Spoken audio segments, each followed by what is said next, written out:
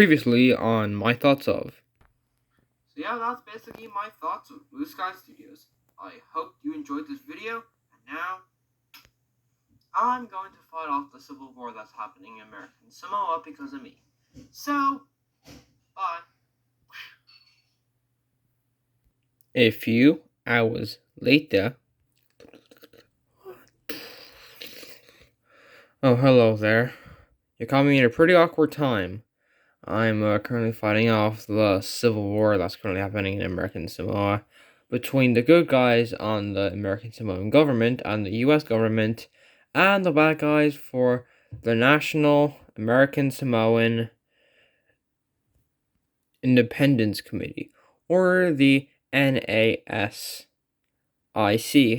or as most people pronounce this, NASIC. NASIC. Yep. I don't know if the way I'm pronouncing that is some slur or something, but if it is, I'm very sorry. But, since I'm here, I might as well talk about something. Anyway, what's on the list of stuff I have to talk about?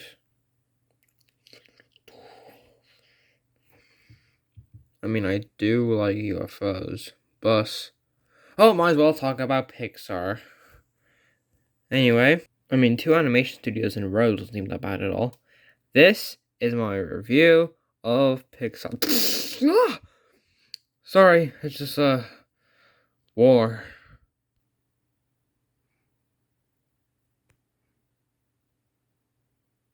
Okay, so brief history. Pixar was originally founded as the graphics group of Lucasfilm Computer Division, which ran from 1979 to 1986. And it was founded in 1979 as the graphics group, which technically means that Pixar is older than the new Pixar. So, well, that's a weird thing. So, yeah, Pixar. It was originally founded by George Lucas, who wanted to put computer animation in his movies. But oh no, he didn't have the money. Or anything, to be honest. One of the people who just got recently hired was none other than the woman harasser himself, John Lasseter. Yeah, I know, he's one of the most hated men in the industry, but you didn't have to deny the amount of impact he had for the company. He was one of the main, people who worked on The Adventures of Andre and Wally B, Pixar's first short film.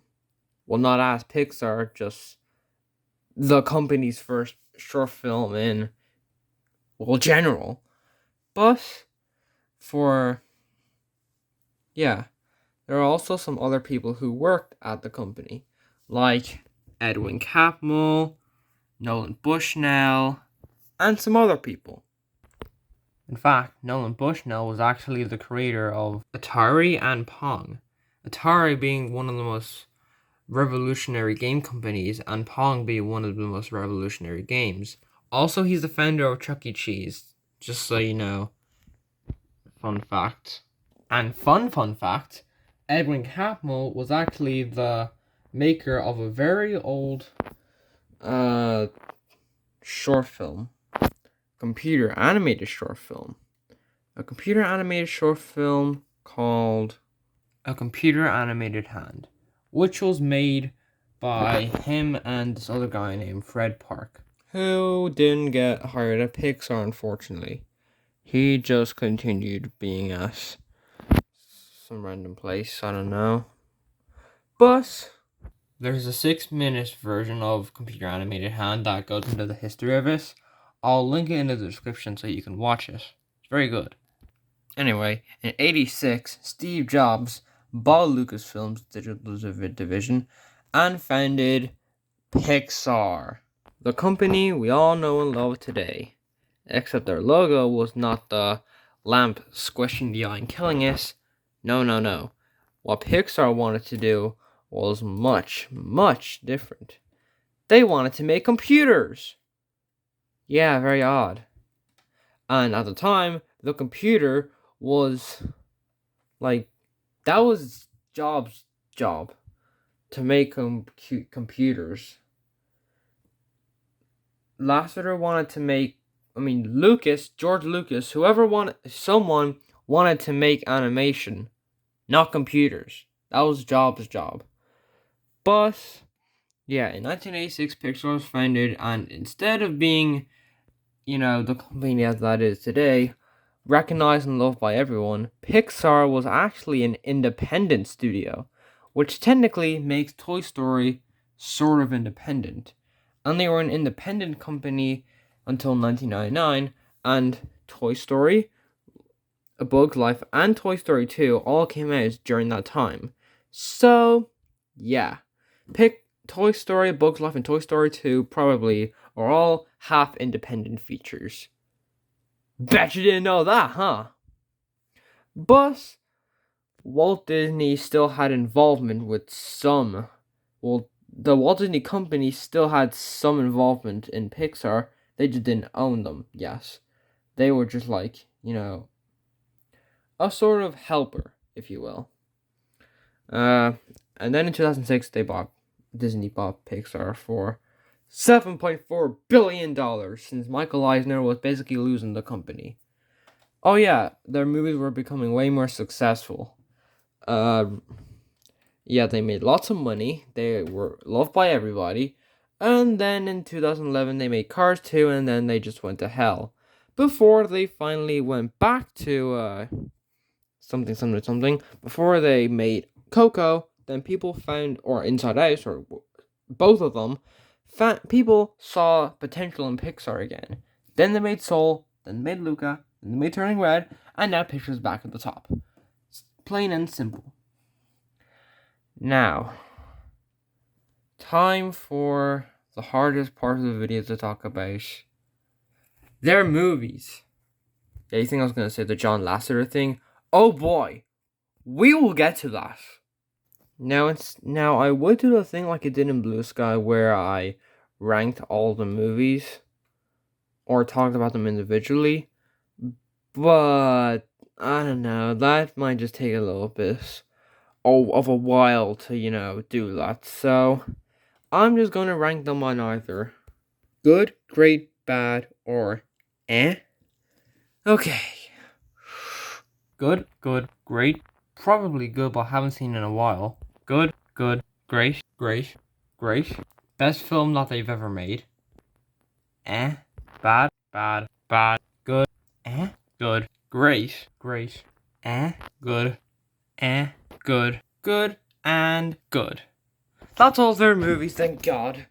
But, of course, as you may have noticed, they've also gone through different eras. This section around here is like the silver era. Around here is the golden era, as most people call it. This section here is the dark era. They're still good movies, but not that great. Then you have good era again, but now you have the experimental era. Soul, the reason why these new movies are experimental is because Soul has the first black Pixar protagonist, and is also a deep exploration into the meaning of life. A very thought-provoking message, even for Pixar.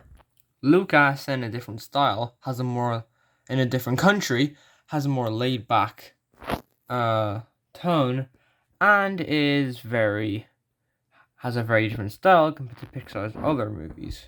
Turning Red is pretty much the same, except it's more of a passion project, and it's also the first Pixar film to talk about periods. Okay, like it just mentions it. And even Lightyear's experimental. Yes, it is Lightyear, but the reason why this film might actually be good is because it's different from Pixar's other films by being more serious and dramatic. It's not like there's going to be other different Pixar films that are more happy-go-lucky. No, this film is going to be darker and more grittier than anything they've ever made. And honestly, I can respect that. Respect Pixar. Respect Pixar. And if you were watching very closely, you realize that Pixar keeps on getting their movies on Disney Plus. Why? Because Disney doesn't respect Pixar. Why? Because Onward, Soul, Luca, and Turning Red have all gone on to Disney+.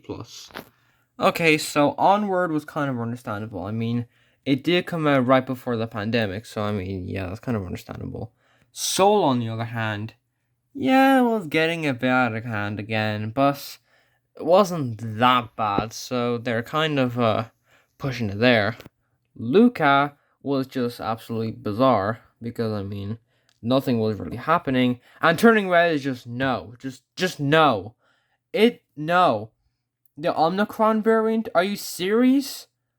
That is just BS. Just total BS.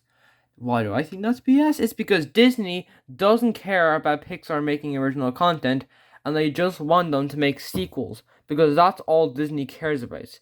Sequels and spin-offs. That's all they care about. Because Disney is the king of unoriginality. What would Walt Disney himself think? He's probably looking down from heaven now and he's like, Christ, why do I let these a-holes take over my company and turn this from a company that everyone can enjoy to a soulless conglomerate? Good God, I wish I didn't smoke that much. It hurts my soul to see Pixar getting this kind of treatment.